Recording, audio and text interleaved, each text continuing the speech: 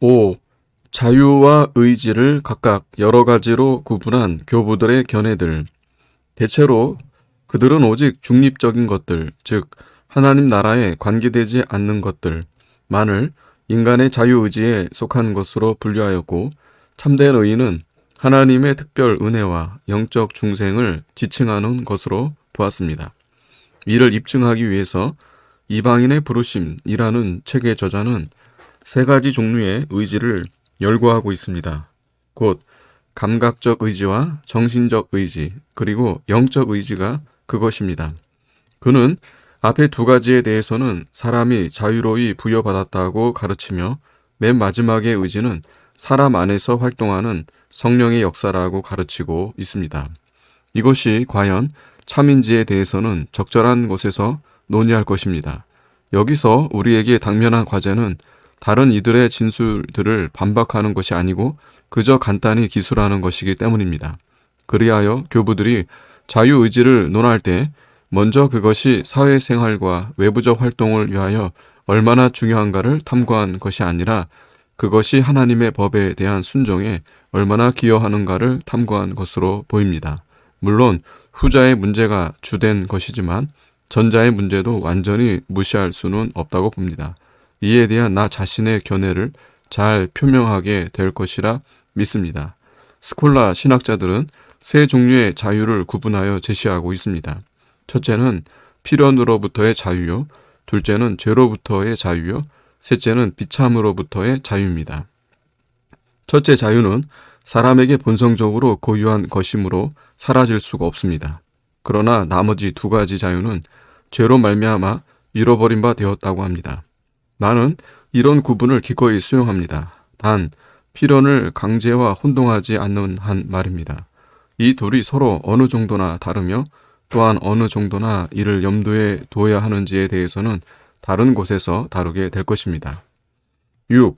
두 종류의 은혜에 대한 논의. 이러한 논지를 인정하게 되면 은혜의 도움이 없이, 오직 택한 자만이 중생을 통하여 받는 특별 은혜의 도움이 없이 자유의지만으로는 사람으로 하여금 선행을 할 수 있게 만드는데 불충분하다는 것이 논란의 여지 없는 사실이 될 것입니다. 은혜가 모든 사람에게 동등하게 무차별하게 분배된다고 떠드는 광신자들의 주장에 대해서는 괜히 시간을 지체하고 싶지 않습니다.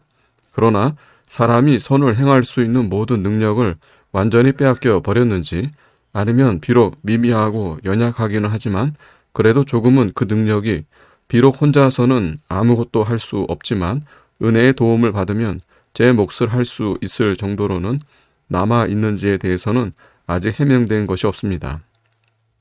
명제집의 대가인 피터 롬바르드는 다음과 같이 가르쳐서 이 문제를 해결하려 했습니다. 우리가 선행을 할 수 있게 되려면 두 종류의 은혜가 필요하다.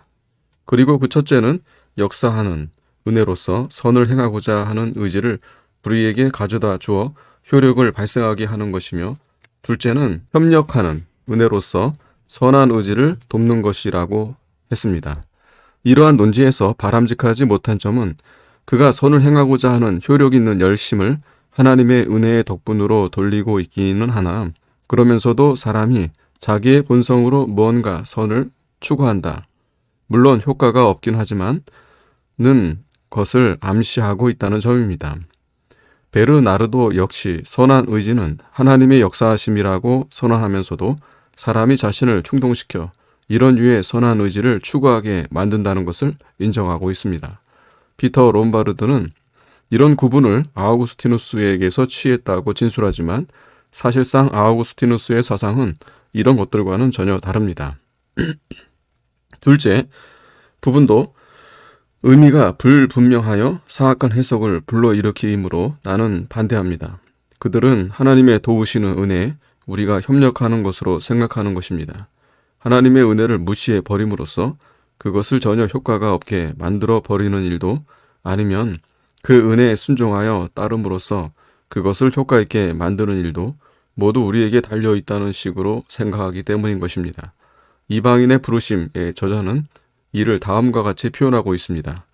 이성의 판단을 도입하는 사람들은 은혜를 버릴 자유가 있으므로 그것을 버리지 않았다는 것이 바로 공로 있는 행위가 되며 그리하여 성령의 협력이 없이는 이룰 수 없는 그 일이 자신의 의지로 그것을 이루지 못했던 자들에게 공로가 되는 것이다.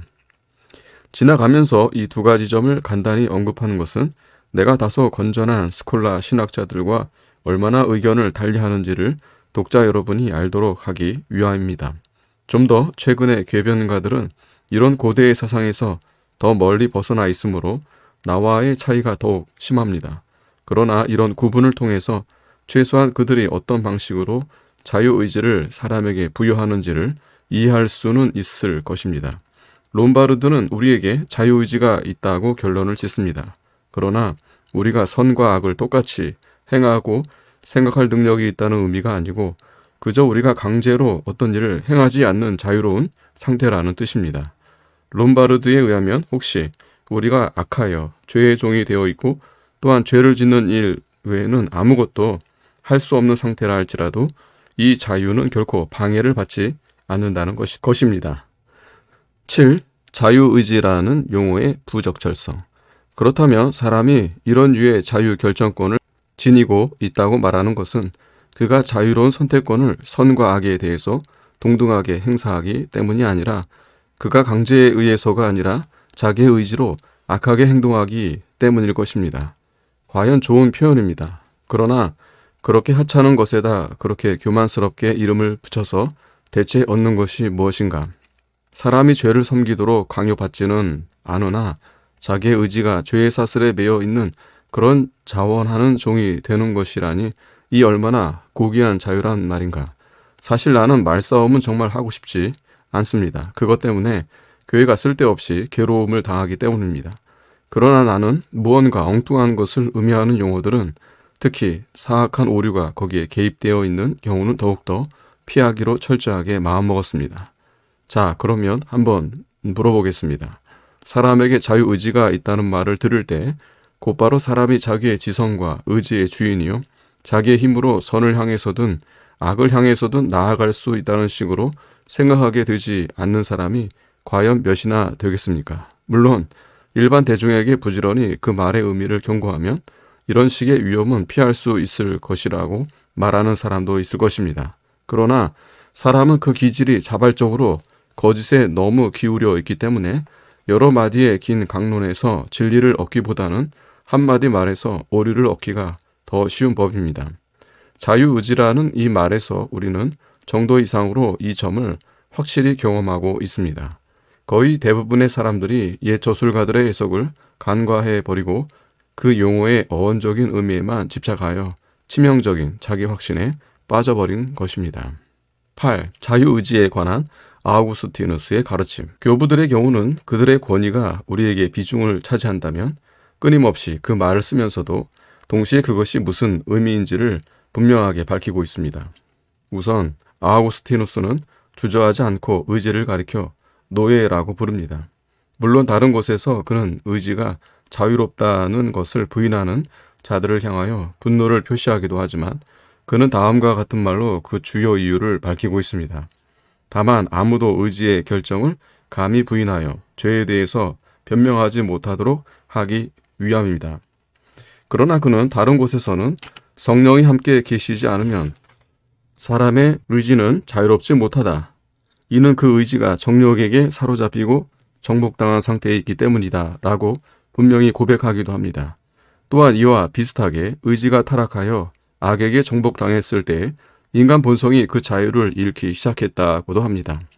또한 사람이 자유의지를 악하게 사용하여 자기 자신은 물론 자기의 의지까지도 잃어버렸다고도 합니다. 또한 자유의지가 노예가 되어버렸으므로 의의를 행할 능력이 전혀 없다고도 합니다. 또한 하나님의 은혜가 해방시키지 않은 것은 자유로울 수가 없다고도 합니다.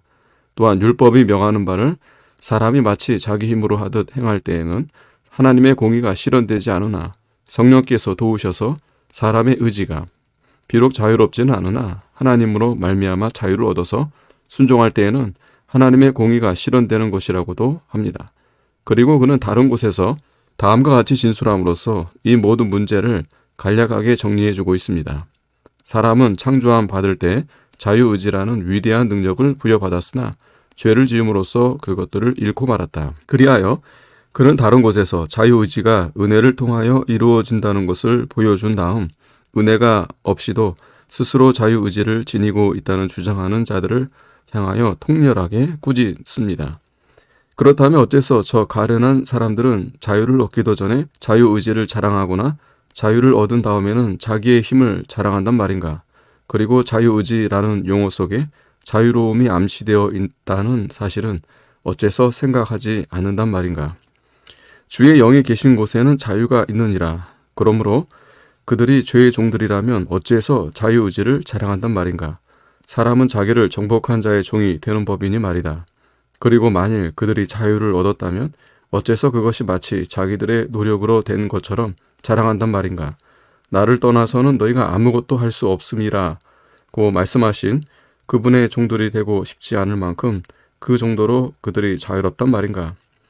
다른 곳에서 그는 심지어 그 용어의 사용을 조롱하는 것처럼 보이기도 합니다. 그는 의지는 과연 자유로우나 자유함을 받은 것이 아니다. 곧 의에 대하여 자유로우나 죄에게 종이 되어 있다고 하는 것입니다. 다른 곳에서는 또한 이 진술을 되풀이하고 설명을 붙이기도 하는데 거기서 그는 사람은 의지의 결정이 아니고서는 의에서 자유로워지지 않으며 주님의 은혜가 아니고서는 죄에서 자유로워질 수가 없다고 가르칩니다. 그는 사람의 자유란 의로부터의 해방 또는 석방 이외에 아무것도 아니라고 주장하는데 여기서 그는 자유라는 말의 허망함을 꼬집어 조롱하는 것 같습니다. 그러므로 혹시 누구라도 이 용어에다 악한 의미를 붙이지 않고 그것을 순전하게 사용할 수 있다면 나는 굳이 그것을 문제 삼고 싶지는 않습니다. 그러나 이 용어를 계속 사용하게 되면 크나큰 위험이 따르게 되므로 오히려 그것을 폐기하는 것이 교회를 위하여 큰 유익이 되리라고 봅니다.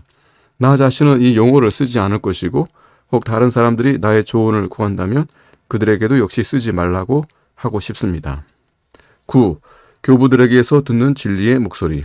아우구스티누스를 제외한 모든 교부들이 이 문제에 대해서 너무 애매하고도 혼란스럽게 말하고 있어서 그들의 저작에서는 아무것도 확실한 것을 얻을 수가 없다는 말을 앞에서 했는데 이 발언 때문에 나에 대하여 큰 오해가 생길 소지가 있다고 여겨집니다.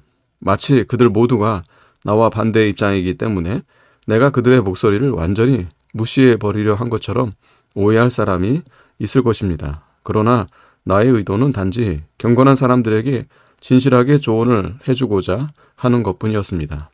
이 문제에 대해서 그들의 의견들에 의존하게 되면 항상 확신이 없이 헤매게 될 것이기 때문입니다. 어느 때에는 이들이 사람이 자유의지를 박탈당하였으므로 오직 은혜에만 안식처가 있다고 가르치고 또 어느 때에는 사람에게 무언가 능력이 있는 것처럼 가르치는 것입니다. 그러나 그럼에도 불구하고 그들의 가르침이 비록 모호하긴 하지만 그들이 인간의 덕성을 전혀 높게 여기지 않고 모든 공로를 성령께 돌리고 있다는 것을 어렵지 않게 입증할 수가 있습니다. 이를 위해서 이 사실을 분명하게 가르치는 표현들을 몇 가지 소개하고자 합니다. 아우구스티누스는 아무것도 우리의 것이 아니니 아무것도 자랑해서는 안 된다는 키프리아누스의 진술을 자주 인용하는데 사람이 그 모든 권리가 철저하게 사라진 상태가 되었으므로 전적으로 하나님께 의지하기를 배워야 한다는 뜻이 아니면 이것이 무슨 뜻이겠습니까? 아우구스티누스와 유케리우스는 생명나무를 그리스도로 해석하면서 누구든지 손을 뻗어 그 나무를 잡으면 살 것이라고 했고 또한 선악을 알게 하는 나무를 의지의 결정으로 해석하면서 하나님의 은혜를 잃은 사람이 그 열매를 먹으면 죽을 것이라고 했는데 이런 말들은 과연 무슨 의미이겠는가? 또한 사람은 누구든지 본성적으로 죄인일 뿐 아니라 전적으로 죄라는 크리소스톰의 말은 무슨 뜻인가? 우리 속에 선한 것이 하나도 없다면 사람이 머리부터 발끝까지 전적으로 죄라면 의지의 능력이 어느 정도나 발휘될 수 있는지를 시험해 보는 일조차 사람에게 허용되지 않는다면 대체 어떻게 선행에 대한 공로를 하나님과 사람이 서로 나눌 수가 있단 말인가? 다른 저자들에게서도 이런 유의 진술들을 얼마든지 많이 인용할 수 있습니다.